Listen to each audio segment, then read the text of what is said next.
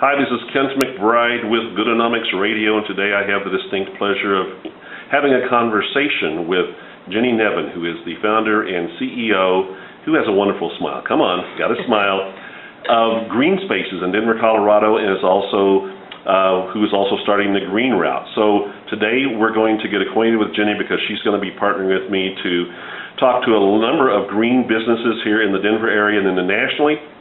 So Jennie, welcome to Goodonomics Radio.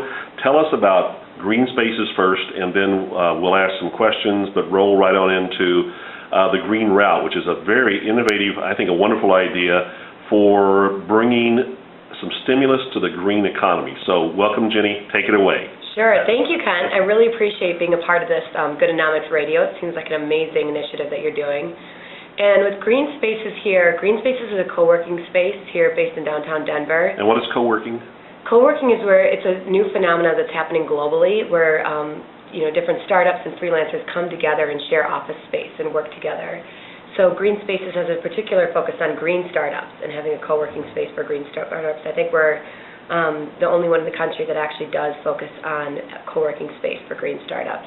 And then we also do socially conscious events here. So we'll do movie premieres, we'll have different nonprofit fundraisers here, we'll also do networking events, that type of thing as well. And just recently I was here for a movie called The Economics of Happiness, which was about globalization and local economies and the need to make some changes. So a lot of good stuff happening here. And why are you doing the events? We're doing the events because we feel like that's a way of bringing people together and really connecting with each other. So we want to really reach out to the community and have them come in and have these startups have a chance to network not only among themselves as members, but also among other leaders that are trying to promote social awareness. So as a Green Spaces, I'm assuming you did some green and sustainable stuff to the building. Yeah. And you've got furniture, and I'm going to put this pan over here. This is some, I think, what do you call it, repurposed furniture? Or yeah, reclaimed. Reclaimed, repurposed furniture. So, and I'm going to scroll down here. Here's the table. And you know what? Everything is not about being brand new, correct? So you didn't go out and spend tens of bazillions of dollars buying brand new furniture. You found furniture that is exactly. reused. Your solar. Tell me some of the stuff that you've done here. So Green Spaces, it's not only a space just for us to work out of, but we try to serve as a model of becoming a green place to work from and be at. And so we have gone out and gotten all reclaimed furniture, which is obviously much more sustainable than buying brand new furniture. And it is also, as Ken mentioned, it's much less expensive as well. And we've done other initiatives. We're becoming 100% solar powered this month. So we have 156 solar panels on our roof. We were able to do that by through the grants of the federal government right now, so it actually pays back itself within 4 years. So it's a pretty lucrative investment as well to go into solar power. We've got sun tunnel lighting, so that uses natural daylight to light the place. We also have American Clay by Casa Verde Paints. They use all natural clay materials on our walls. So it's actually, I believe, much more beautiful. Sometimes you can show that around too. That material is much more beautiful than just a traditional paint, and it's also better for your health. So yeah, that's some of the green initiatives that we have. We have composting service on site, so in compostable cups and plates that you use. We have water filtration system here, so that people aren't bringing in water bottles. They're actually just getting water from our water filtration system that's actually much cleaner than what would be in water bottles. And same with coffee, you said? Yeah, and then organic coffee, yeah. So one of the initiatives that you're working on, you were telling the other day, is the Green Route. Why don't you tell us about what the Green Route is and how that's going to work and when that's going to launch and how people might participate? Yeah, so the Green Route is basically Green Spaces' way to expand out into the broader community. And what we're doing is we're highlighting all the top green places here in Colorado, so ones that are truly leaders in their field, on this map. And this map is a complimentary resource both online and print to the community. Find out where to go for shopping, at restaurants, which markets to go to, different cultural institutions that they can go to. And we'll be releasing a pass this year, and we're looking to release a pass to 100,000 people, and we'll really be celebrating that at a festival. The pass, though, provides discounts to all these different green places. So when you get that pass, you can go to all the different green places and support a green local economy by using it there. And why is it important to support you said two key words there that are buzzwords in business, green and local. So what's your take on why that's important to support green and local? So the reason I think it's important to support green, because they're two different things in some ways. I mean, they are enmeshed, but they're also separate. Green is that you're looking at resources and using them wisely and using them in a way that kind of protects all of our long-term health and the ability to have resources in future generations. So the benefit to society if we start operating that way, and I think it's also necessary that us businesses start operating that way. The more that we do, we're already finding that there's significant cost savings by looking at resources in a way that allows us to reuse them again and in a healthy way that doesn't damage our earth through that. And then local, we believe local is very important because it creates a strong, vibrant economy right here that's not dependent on corporations. We have our own internal, vibrant, much more strengthened local economy here. So gas prices in the past week, 10 days, 2 weeks, because of the variety of factors, including the instability in the Middle East, have shot up. Isn't that going to have a significant impact on food prices and all, meaning that the local economy is more important?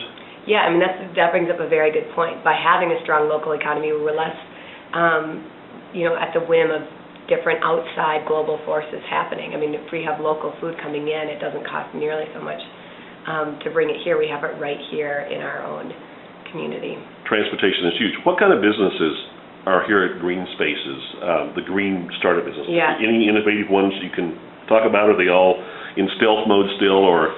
Yeah, I mean, there's a few of them that are in stealth mode, but there's ones such as mesh casting, and that's about creating a community-based wireless internet that we all own together, and it's actually powered by solar and wind power, so it's got its own power source. It's a community-owned internet. That's a very interesting company, and you can actually see the little wind power thing on top of Green Spaces. We have some solar companies. We have Astrolux that actually did our solar power here on our roof. We have a company that's doing carbon capture and storage, which is kind of an important component as we transition into a less of a carbon-intensive industry, but they basically capture storage and put it into geological formations in the earth.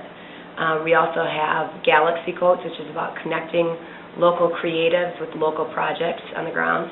There's a lot of very different, interesting companies that are based right here at Green Spaces. And what about the Green Festival? So the Green Festival is a way for us to all come together and really celebrate these top green places. It's the Eco-Musical Festival that we have August 27th. We block off the streets right here in the Rhino neighborhood. We'll have live bands all day long. It'll be a zero waste as much as possible event. We'll also have a beer garden.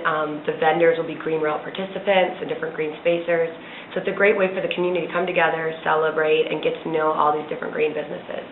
So what's the future look like for green? If you could look out and say to consumers, you guys need to go green, what would that look like for them in the future? Are there going to be more products? Do they need to buy local? What do they need to do to start a consumer movement?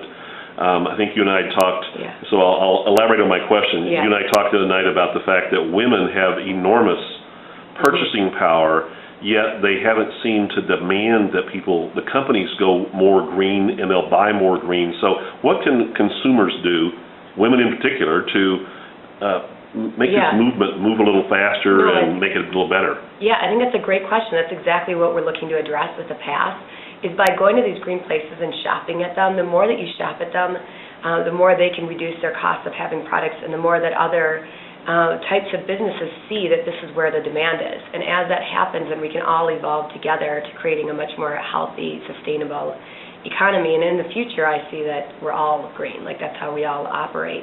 But right now, in order to really get that movement going, we need to go and shop at these places and support their businesses so that they can become bigger, reduce their costs, and kind of lead as an example to other businesses that are looking to become green.